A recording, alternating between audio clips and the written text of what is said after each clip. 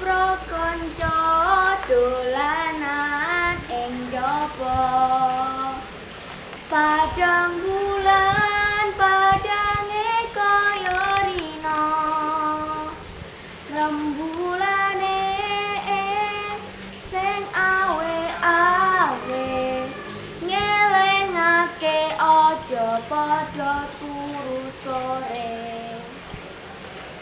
Assalamualaikum warahmatullahi wabarakatuh.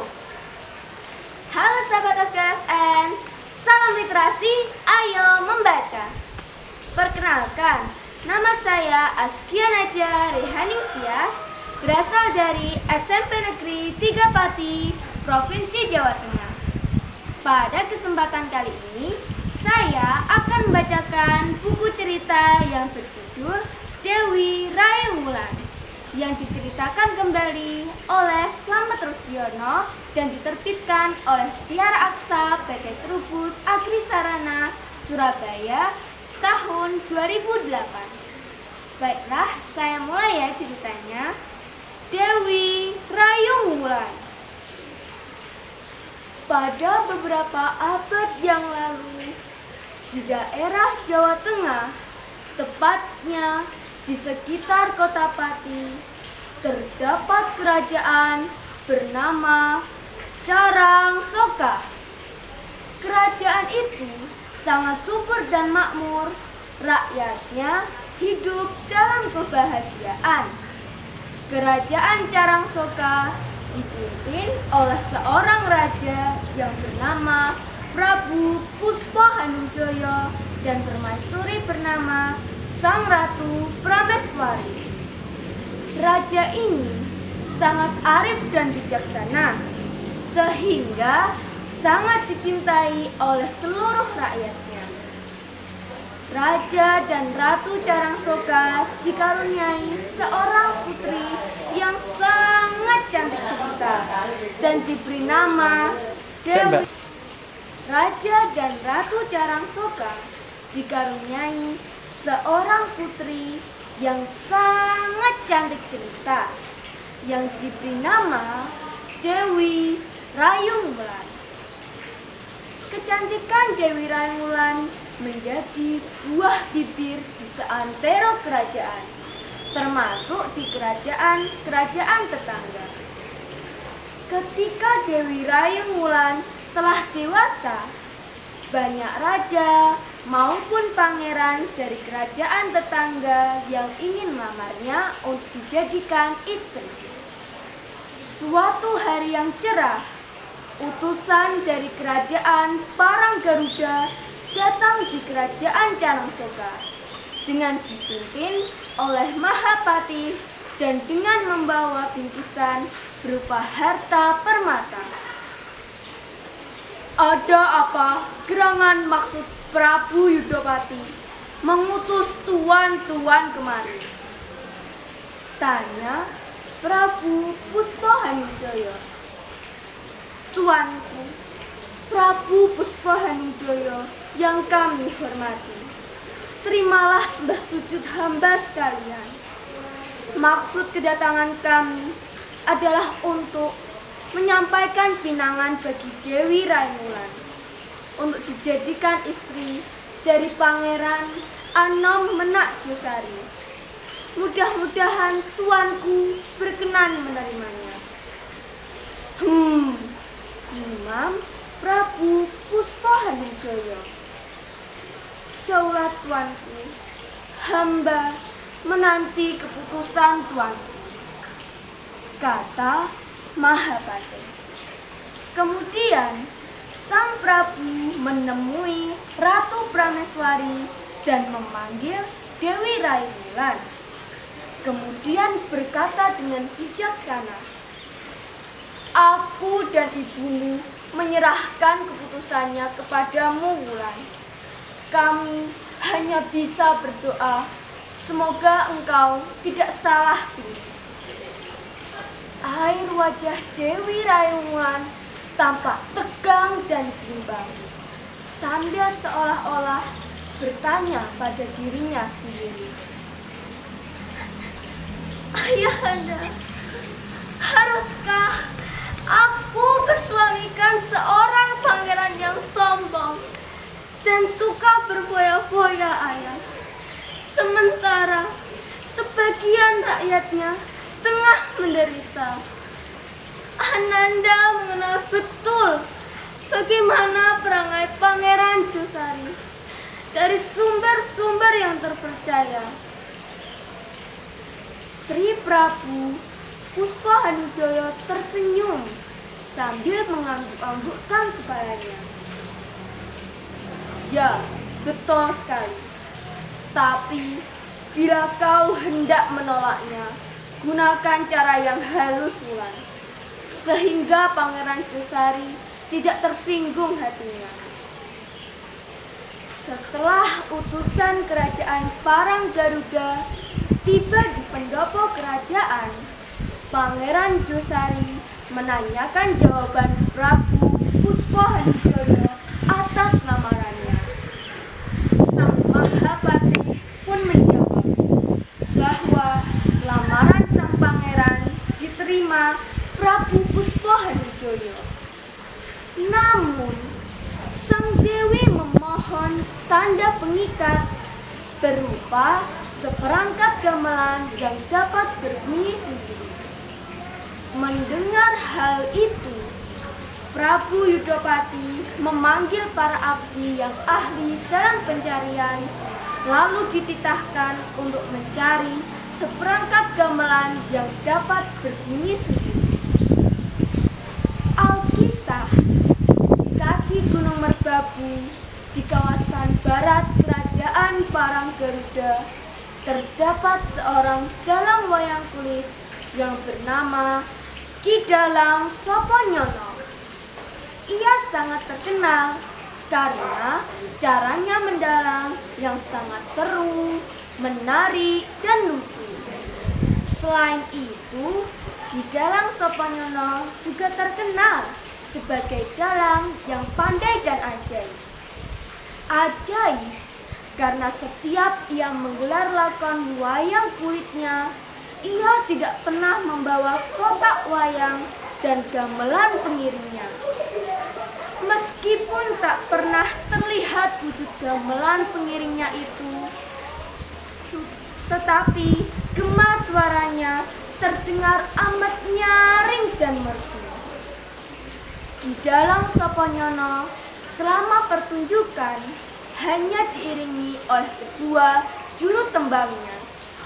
Yang konon kedua juru tembangnya itu adalah kakak dan adiknya sendiri yang bernama Nyi Ambarsari dan Nyi Ambarwati. Mereka merupakan kakak beradik yang rukun, sehati, dan seakan-akan tidak mungkin dapat dipisahkan lagi. Dengan kelebihan itu, Raja Parang Garuda meminta kesediaan Ki Dalang Soponyono untuk mendalang di kerajaan Carangsoka. Ki Dalang pun menyanggupinya. Seminggu kemudian, Prabu Yudapati dan Pangeran Josari beserta rombongan tiba di keraton Carangsoka. Tidak ketinggalan juga Ki Dalang Soponyono dan kedua juru tembangnya. Rombongan itu lengkap dengan barisan prajurit kehormatan yang besar dan agung. Balairung Keraton Carangsoka telah diubah menjadi ruang pagelaran wayang kulit. Pada malam harinya tampak semarak. Banyak rakyat maupun keluarga kerajaan yang juga ikut menyaksikan pagelaran wayang kulit. Sementara itu, Ki Dalang Soponyono dan kedua juru tembangnya telah siap berada di tengah-tengah balairung kerajaan yang sengaja dibangun panggung. Rakyat dan pembesar Carangsoka merasa takjub dan terpesona oleh ketampanan Ki Dalang dan kecantikan kedua juru tembangnya. Mereka memuji ketiganya bagaikan seorang kesatria dan 2 orang dewi. Ki Dalang Soponyono memulai pagelaran wayang kulitnya. Nyi Ambarwati dan Nyi Ambarsari mulai melantunkan tembangnya dengan suara yang sangat merdu mempesona. Dan entah dari mana, tiba-tiba terdengar suara alunan musik gamelan yang sedang mengiringinya. Dewi Raimulan mendadak mengangkat wajahnya, menatap Ki Dalang dengan mata yang berbinar-binar. Keceriaan tersirat dari wajahnya yang tadinya tampak murung mencekam, sepertinya telah tersapu. Melihat Dewi Rayung Wulan yang berkali-kali seperti bermain mata dengan Ki Dalang, membuat Pangeran Josari semakin cemburu. Dadanya serasa kian panas dan akan meledak. Akhirnya Pangeran Josari pun murka dan terjadi pertarungan antara Pangeran Josari dan Ki Dalang Soponyono. Di akhir pertarungan, Pangeran Josari meninggal dunia karena tertusuk oleh kerisnya sendiri. Kematian Pangeran Josari tidak dapat diterima begitu saja oleh Prabu Yudopati. Hatinya akan tetap terluka sebelum membalas dan menghukum Ki Dalang Soponyono. Pada akhirnya, kerajaan Parang Garuda menyusun kekuatan untuk menyerang kerajaan Carangsoka.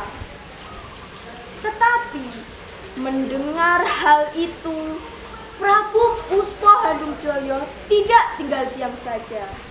Ia pun menyusun kekuatan dan taktik untuk menanggulangi gempuran dari Parang Garuda dengan Senopati Kembangjaya.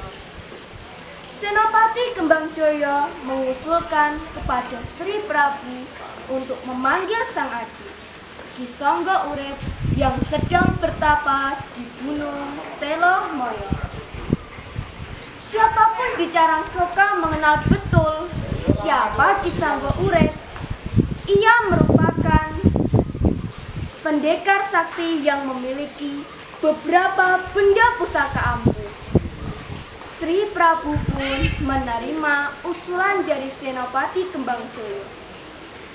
Dengan dipimpin langsung oleh Prabu Yudopati, prajurit Parang Garuda mulai menggempur Carangsoka dari berbagai arah. Prabu Yudopati tidak mengira bahwa pertahanan dan perlawanan Carangsoka sangat luar biasa. Meskipun prajurit Parang Garuda telah terdesak dan terpukul mundur, Prabu Yudopati pantang untuk menarik mundur prajuritnya. Akhirnya, pertempuran pun berlangsung cukup lama. Korban dari kedua belah pihak mulai berjatuhan dan bergelimpangan. Prajurit kerajaan Parang Garuda yang tersisa kemudian menyerah.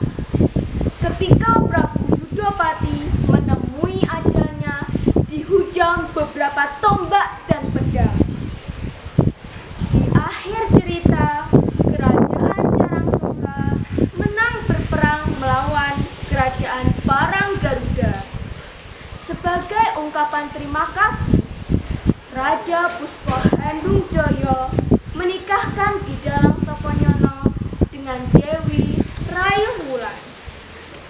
Selang beberapa hari kemudian, berlangsung pula 2 pernikahan yang juga meriah, yaitu pernikahan Senopati Kembangjaya dengan Nyi Ambarsari dan Ki Sangga Urip dengan Nyi Ambarwati.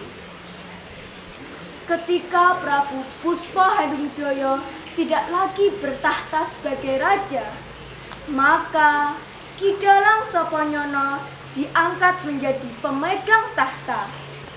Ia memerintah kerajaan Carangsoka dengan adil dan bijaksana, sehingga rakyat kerajaan Carangsoka pun mencintai dan menghormatinya. Sekian cerita dari saya. Nah, bagaimana cerita ini? Menarik bukan? Maka dari itu, pesan moral yang dapat kita ambil dari cerita Dewi Rayeng Wulan ini yaitu apabila menjadi seorang pemimpin harus adil dan bijaksana. Nah, saya punya pertanyaan nih. Kira-kira siapa tokoh yang berwatak adil dan bijaksana dalam cerita Dewi Rayeng Wulan ini? Ya, betul. Tokoh yang berwatak adil dan bijaksana dalam cerita Dewi Rayeng Wulan ini yaitu Prabu Puspahanujaya. Terima kasih sahabat FGSN. Mohon dukungannya ya dengan like, comment, subscribe, dan share video ini. Wassalamualaikum warahmatullahi wabarakatuh.